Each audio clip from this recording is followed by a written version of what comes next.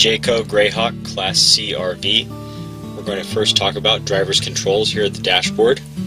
You can see that you have HVAC controls for the air conditioner and heater. These will only operate while the engine is running. You also have a touchscreen AM/FM CD DVD player. It has navigation. This doubles as a rear view camera and only works if you have the radio on and the transmission shifted into reverse.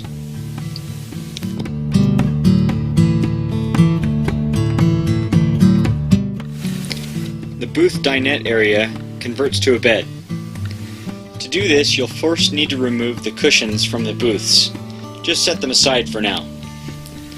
Next, you'll have to retract the table. There's a lever right underneath the table. You'll have to release this lever, just swing it to the left, and then push the table straight down. When the table's pushed all the way down, it'll land right here on these cleats, as long as you have the cushions removed and set aside.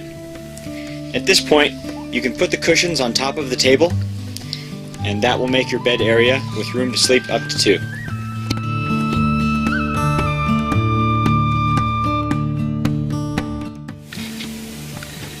The love seat also converts to a bed area. To do this, you'll first need to remove the armrests from each end of the love seat. For the purpose of this video, I've already done so and I've set them aside. Next, you can go to the front of the love seat, grab underneath the bottom cushion, pull up, and then out. You can push down on the love seat and it will lay flat. You can tuck the seat belts away in the crease, and that provides a sleeping area.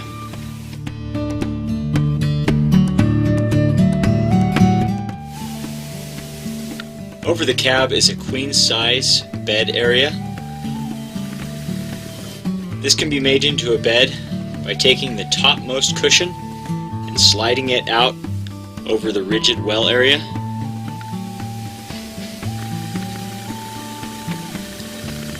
On top of that cushion is a ladder that attaches to 2 brackets at the end of the cushion. That will allow easy access to the bed area.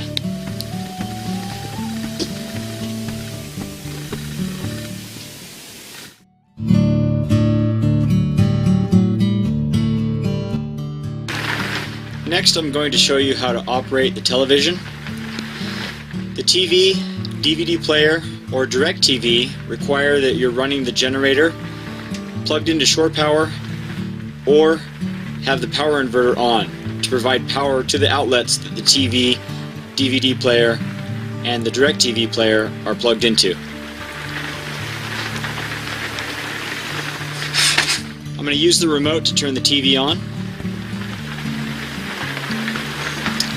And we're going to set up the DirecTV now. So I'm going to use the DirecTV remote to turn on the DirecTV receiver.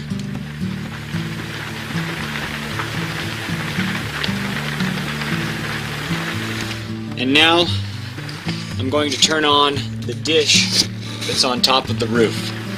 So to set up DirecTV, you first have to have the RV parked. The RV must be stationary in order to establish a signal with the DirecTV satellite. On this panel, I'm going to push and hold the on button to start the search for the satellite. You push and hold it for 3 seconds, and you'll hear the satellite on the roof starting to make noise. It's searching for the DirecTV satellite in the sky.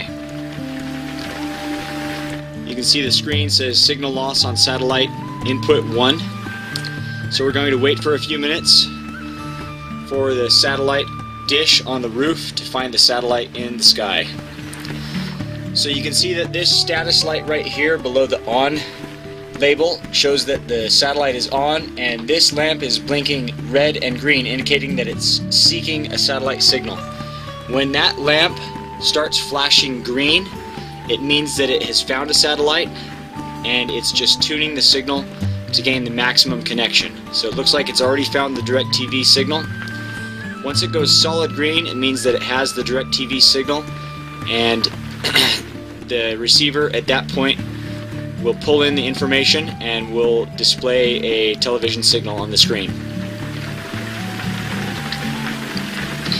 After you've established a picture and you can change channels and view television, you can set the satellite dish control to the in motion mode, and that will allow you to drive the vehicle and it will track the satellite while you're in motion. To do that, you press down on this button. There's a little triangle right here. You push down on that button for 1 second and that puts it in the in motion mode. You can also watch a DVD using this television. To do so, you need to select the DVD input on this radio, slide a DVD into the slot, and then that will run the DVD through the television. There's also a switch just to the side of this television that allows you to extend and retract the TV so it actually moves away from the wall. You want to make sure that you retract that for travel.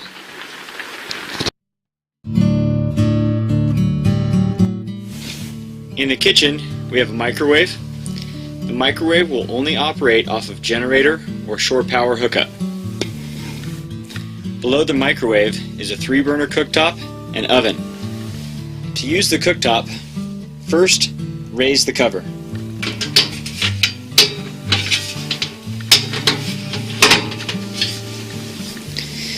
Next, you can select the burner you'd like to operate. Turn the knob to light high, and then you can use the spark igniter to light the burner.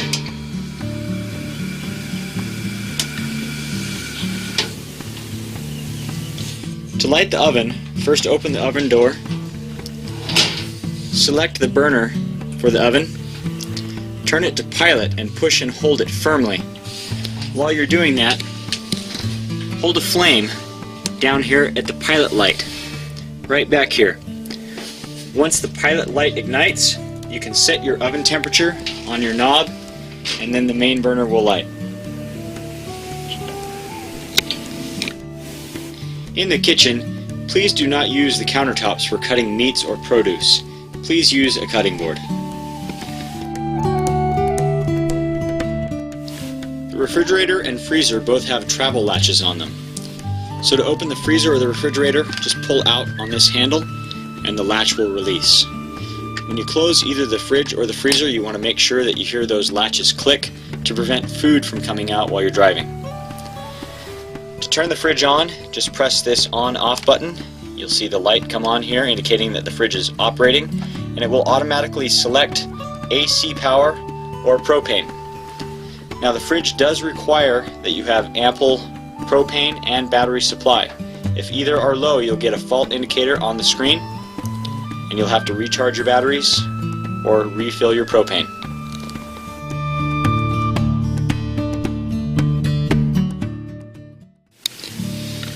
Near the entry door in this overhead cabinet is our main control panel.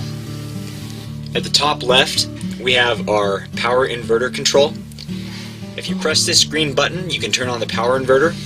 That will supply outlet power to your televisions, even if you're not plugged into shore power or running your generator. To the right of that is our generator start and stop switch and hour meter, so you can start and stop the generator from this panel. Right down here at the left side, we've got our slide out room control for our front room and our rear room. These slide outs will not operate if you have the engine running or if you're driving. You have to first park the vehicle, shut the engine off, and set the parking brake. Then you can run your slide out rooms in or out by pressing the in or out button. You can only operate one room at a time, and you just press and hold the in or the out button in order to run the slide room in or out. Right down here we've got our levels testers for battery, fresh, black, and gray holding tanks. The levels are indicated with these lights right up here. It's very common for the black and gray water tanks to show something other than empty, even if you've just emptied the tanks. That's because the sensors inside the tanks might still be wet. We have a water pump switch right here. We can turn the water pump on, then we have water at every outlet until the onboard supply is expensed. And then we have two functions for the water heater. This switch turns the water heater on to run on propane. Once the water heater lights, it takes 30 to 40 minutes before you have hot water. Otherwise, you can operate the water heater on electricity. So if the RV is plugged into shore power, you can turn this switch on and the water heater will heat the water using electricity. That takes about 40 minutes to heat the water.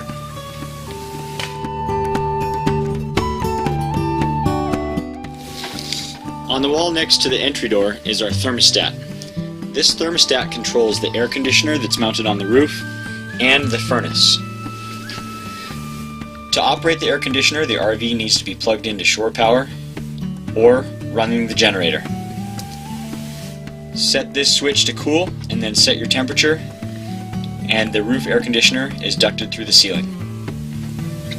Otherwise, you can set this switch to heat, set your temperature, and the furnace will operate off of batteries and propane.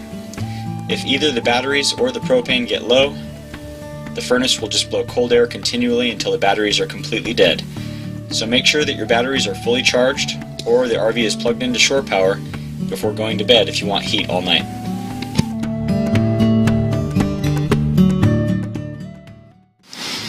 Just above the entry steps is our hydraulic leveling system. To level the coach out, you'll first need to park it, set the parking brake and shut the engine off. Next you can press the system power button, then press the auto button, and the leveling jacks will automatically deploy and level the coach out. You can also operate it manually and run the jacks down individually. There's a light indicating here in the center of the panel. It comes on when the coach is level. And before you drive away, you want to make sure that you retract the jacks fully. You'll want to go outside and do a visual inspection to make sure that the jacks are fully retracted to avoid damage.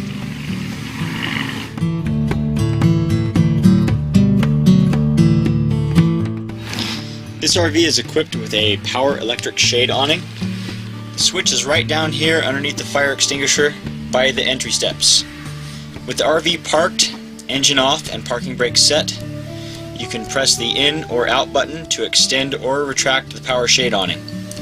You want to make sure that you retract the power shade awning in windy conditions and before driving the coach.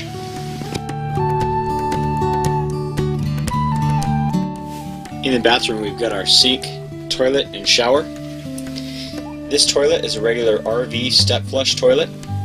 You'll want to be conservative with your solid waste usage to avoid clogging. The holding tanks will be emptied and treated at the time of vehicle pickup.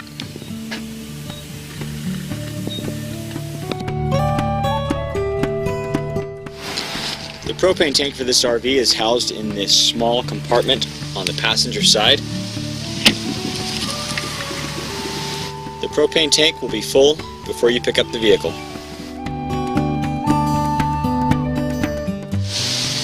This RV is equipped with power electric steps. When you park the vehicle and open the main entry door, the steps will extend. They'll stay extended until you close the door and start the engine.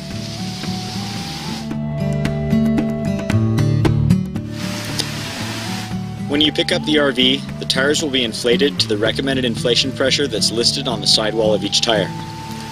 We recommend that you do a visual inspection and check your tire pressures when you stop to fuel the vehicle. A low tire can be a safety hazard, so please watch your inflation pressures.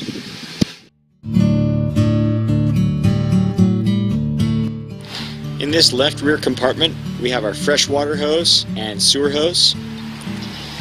To connect the freshwater hose, you have an inlet right here that says City Water Connection. You can remove this cover, hook the hose up right here, hook the other end of the hose to a water outlet, and turn the water outlet on. There are two valves just inside this compartment that allow you to select where you want the water to go. Right now, they're set at position 3 and position 5. 3 and 5 indicates the normal position, and in the normal position, when you operate the water pump, it will draw water from the onboard water tank. If you need to refill the tank, set these valves to match the 1 and 6 position. That will fill the tank, and when the tank is full, it will expel water out of the overflow vent at the bottom of the RV.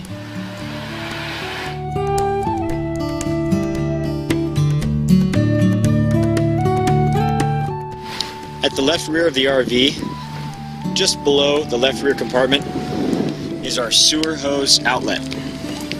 So first you'll want to remove the sewer hose from the compartment.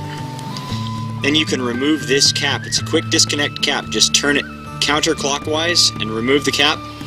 You can attach the sewer hose in its place, put it on, turn it clockwise, and that will lock it on. You can put the other end of the sewer hose into the dump facility receptacle, and then you can start opening your valves. First you'll want to open the black water valve. That's your toilet valve, and it has a black handle. So just pull this valve straight out and it will empty the contents of the toilet tank, which is the black water.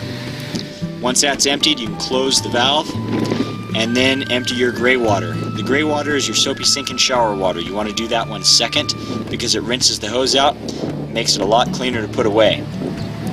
What you don't want to do is leave your valves open if you're parked in an RV park, because if you do, you run the risk of accidentally clogging the system and also experiencing odors from the sewer system that you're hooked up to. So keep your valves closed until you're ready to empty your tanks.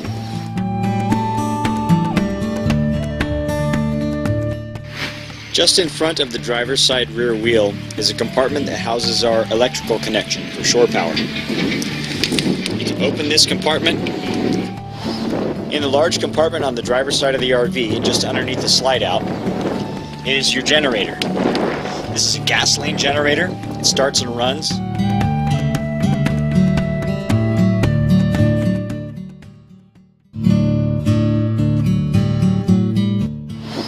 In the large compartment on the driver's side of the RV, just underneath the slide out, is your generator. This is a gasoline generator. It starts and runs only if you have more than a quarter tank of gasoline remaining in the main fuel tank. Behind this cover is the oil dipstick and the circuit breaker. We ask that you check the oil daily, and you'll need to reset the circuit breaker manually if you overload the system. The circuit breaker is right down here. You can see it's pointing towards us. If you overload the system, the circuit breaker will trip. You'll have to reset it manually. If the circuit breaker is tripped, the generator will continue to run, but you won't have electricity inside the RV. You want to make sure that you have this cover in place when the generator is running, otherwise it will overheat because it is air-cooled.